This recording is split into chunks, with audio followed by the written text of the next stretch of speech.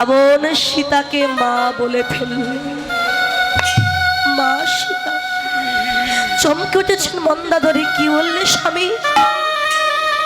সীতা তোমার মা হয়? আরে যদি মা হবে তবে মাকে তুলে এনে কে এমন করে নির্যাতন দিতে পারে, কষ্ট দিতে পারে? মা সীতা হারাম হারাম বলে কাঁদেবে, আর ওই মায়ের কাঁদা বদন সইতে না পেরে সেদিন কি দিয়ে চরো তুমি ধোয়া দিবে। ওই হরিনাম সংকীর্তনে তুমি যদি কি ডাব রূপ ধারণ করে যাও, আমি একটি ঘট রূপ ধারণ করে তোমাকে মাথার উপরে নিয়ে যুগলে আমরা প্রভুর নাম গুণকীর্তন শ্রবণ করব। যেখানে হরিনাম সংকীর্তন হয়, ভাগবত পাঠ হয়, সেখানে কিন্তু যোগমায়ার নামে একটা ঘট স্থাপন করা হয়। যে ঘট হচ্ছেন যোগমায়া, তার উপরে যে একটি ডাব, সেটি হলেন স্বয়ং বাবা ভোলা মহেশ্বর।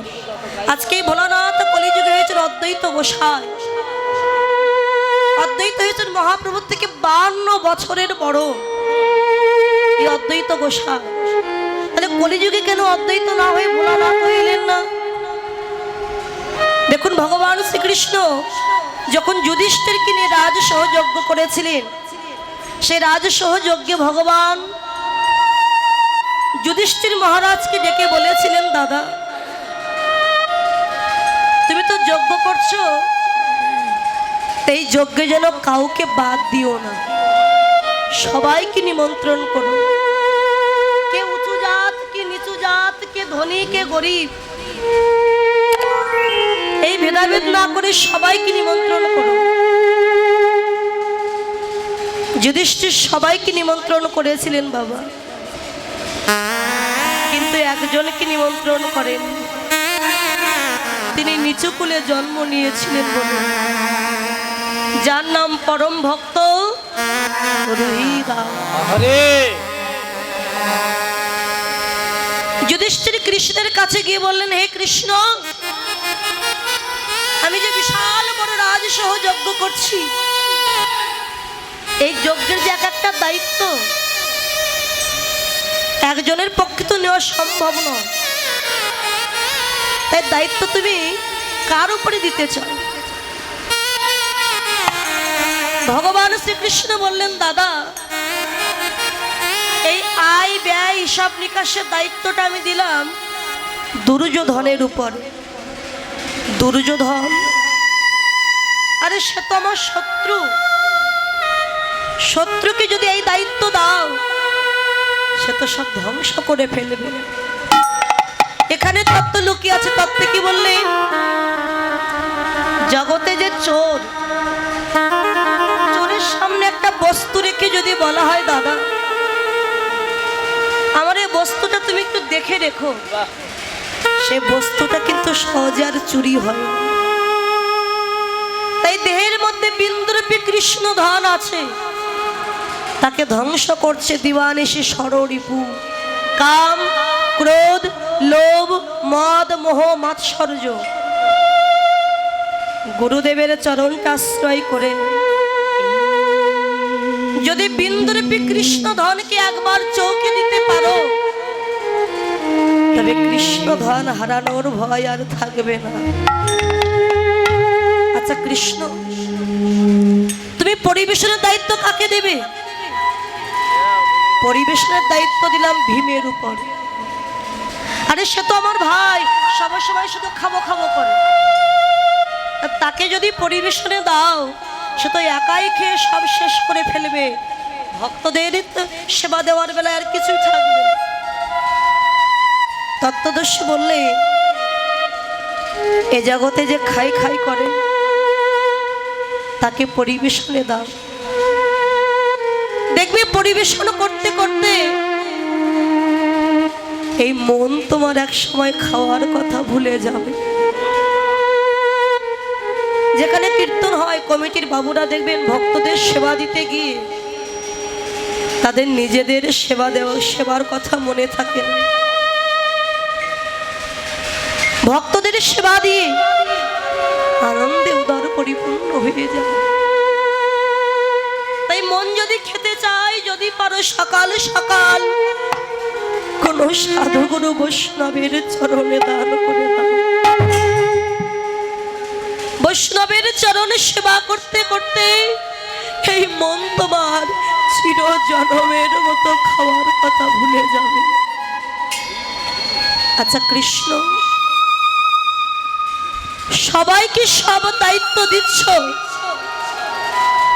তুমি কোনো দায়িত্ব নেবে না কৃষ্ণ? দাদা, কে বলেছে আমি দায়িত্ব নেইনি? আমি যে কবে থেকে দায়িত্ব নিয়ে বসে আছি, যে দায়িত্ব জগতে কেউ নিতে চাই না। কি দায়িত্ব জানো দাদা গো? তোমার এই যজ্ঞে যখন বহু দূর দূরান্ত থেকে আমার ভক্ত বৈষ্ণবগণে আসবে,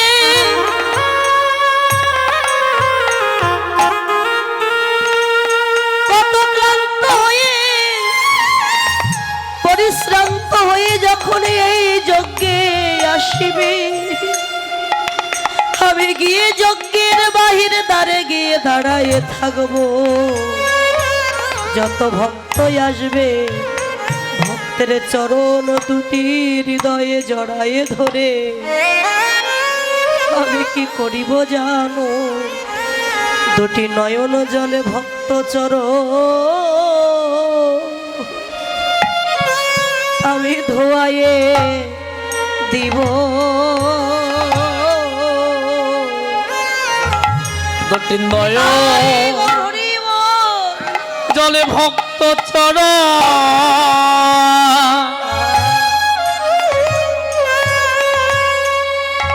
আমি ধোয়ায়ে দিব। দাদা বই আমার এমন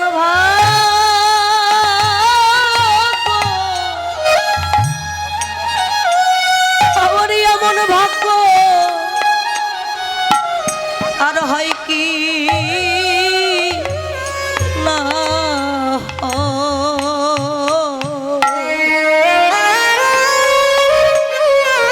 দুটি নয়ন জালে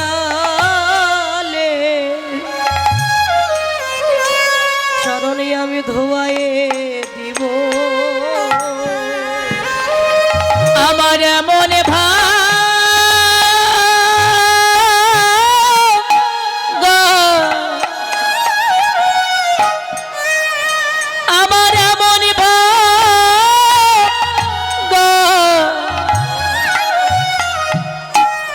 হয় কি না হয় আমার দুটি নয়ন জলে ছাড়া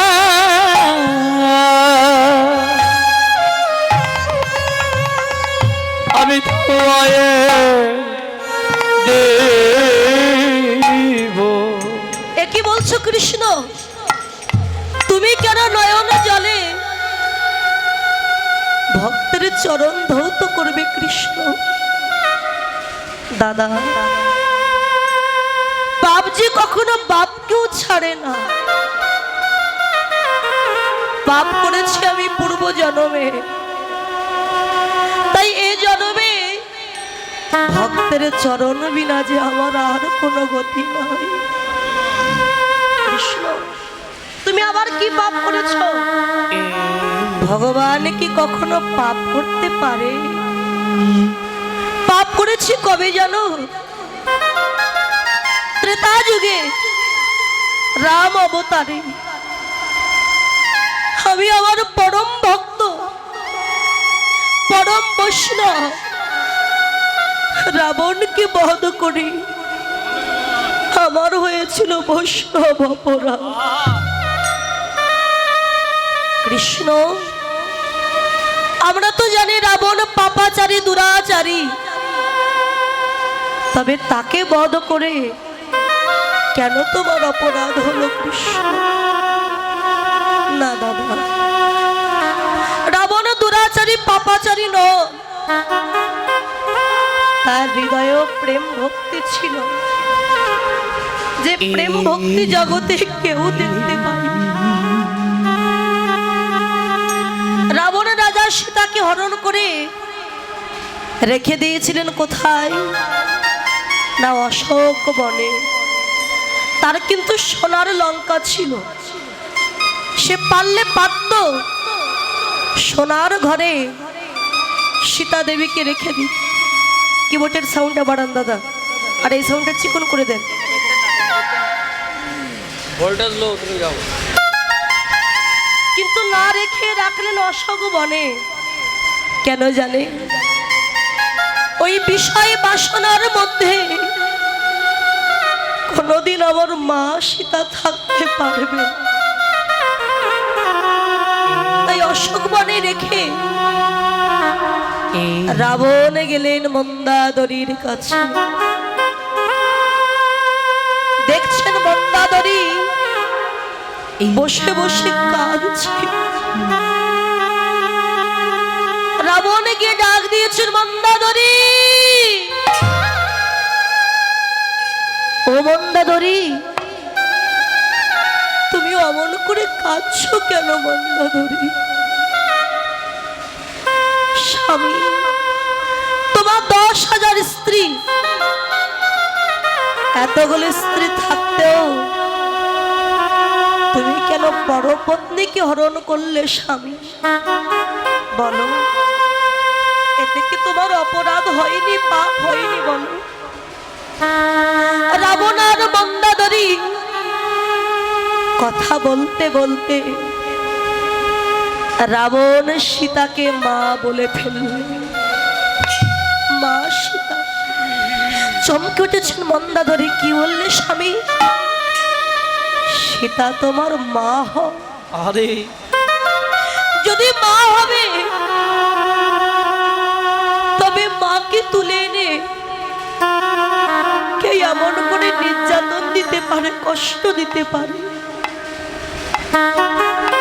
কেন তুমি সীতাকে তুলে এনেছ? রাবণ রাজা বললেন, মন্দাদরী, ওগো মন্দাদরী, আমি সীতাকে তুলে এনেছি কেন জানো? যদি বাস্তব জগতে নদীর ঘাটে যদি নৌকা বাঁধা থাকে,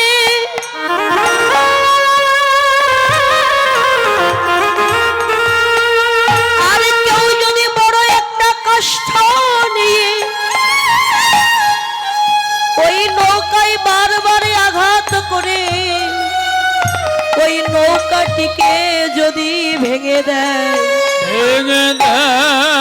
নৌকার মালিক যিনি, তিনি ছুটে আসবেন তার নৌকাটিকে দেখবার জন্য।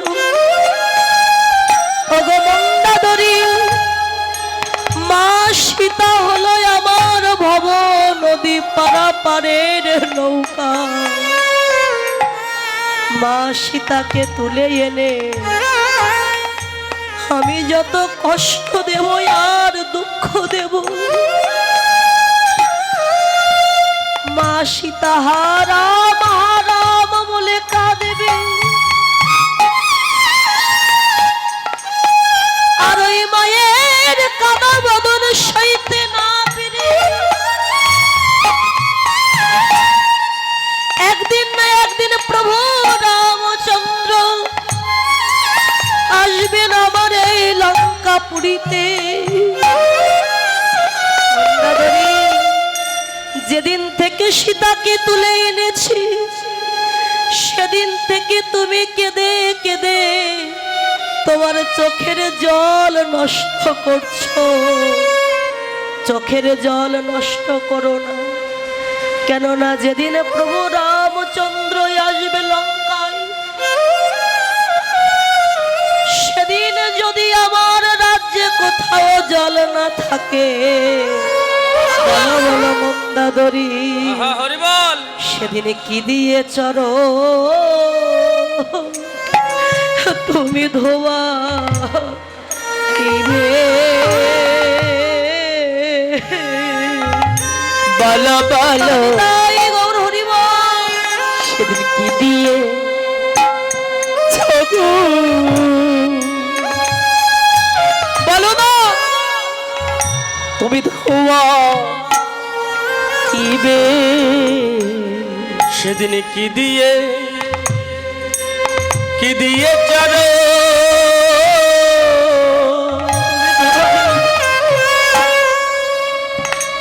চরণ ধোয়া ইবে। আমার রাজ্যে যদি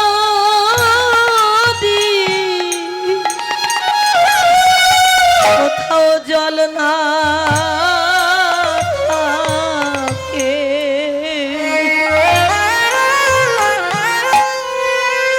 সেদিন কি দিয়ে চর তুমি ধোয়া ইবে? সেদিন আমার রাজ্যে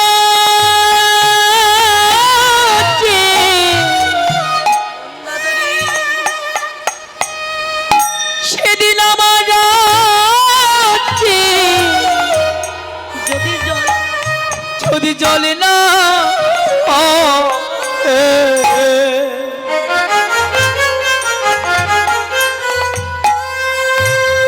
বলো সেদিনে কি দিয়ে ছড়ো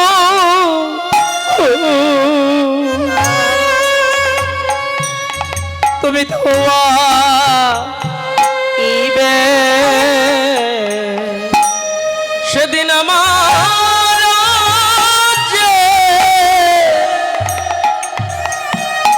যদি জল না থাকে,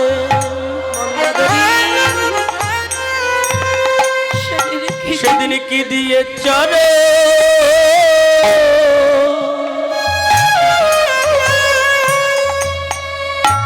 চরণ ধোয়া ইবে? মন্দাদরি তুমি একবারই আমার দিকে চেয়ে দেখো, দেখো আমি তো কাঁদছি না, আমি আমার হৃদয়ে জল বেঁধে রাখলাম। যেদিনই আমার প্রভু রামচন্দ্র আসবে লঙ্কাপুরীতে, সেদিন আমার প্রভুর চরণ দুটি হৃদয়ে জড়ায়ে ধরে আমার দুটি নয়ন জলে চর আমি ধোয়ায়ে দিব। আমি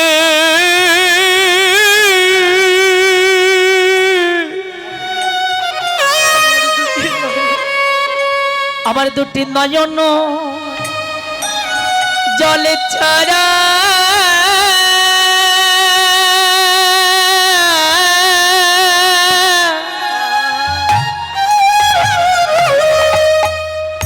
আমি তোমায়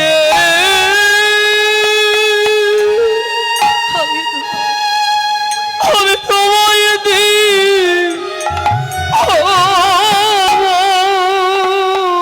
আমি যে কত জনমে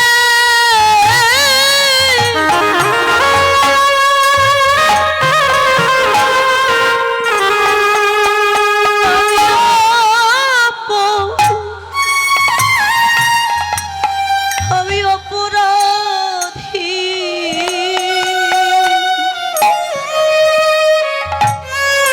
দুটি নয়ন জলে চরণ ধোয়ায়ে